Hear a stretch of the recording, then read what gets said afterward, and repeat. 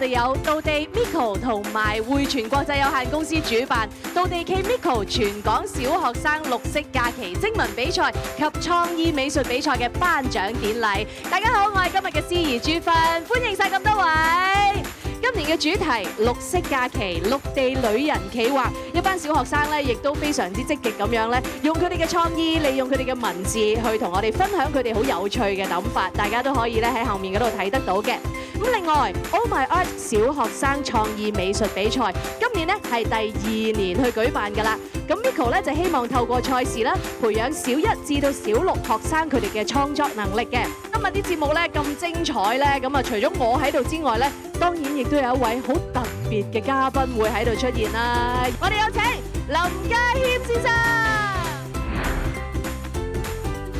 我上次畫畫攞獎係2年班，我攞過唔知邊度嘅係咯畫畫比賽嘅亞軍咁樣咯。啲靈感泉源多數都嚟自生活側邊嗰啲嘢啊，即係食嘅嘢又好啊，飲嘅嘢好啊。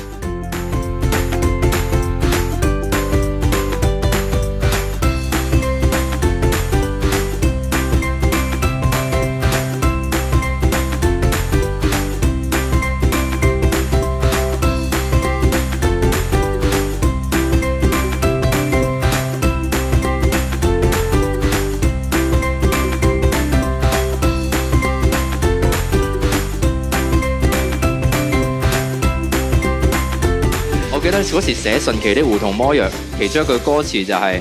無視到與你是非非，繼續往前飛。其實係再去到地，無視到與你是非非，繼續往前飛，再去到地，在煩亂之中找到氧氣，擺着烏龍燃起，胡同地闖天地。我哋嘅頒獎典禮嚟到呢一度咧，正式圓滿結束啦！感謝每一位嘅嘉賓、家長同埋同學，我哋下次再見，祝大家有個愉快嘅週末，拜拜。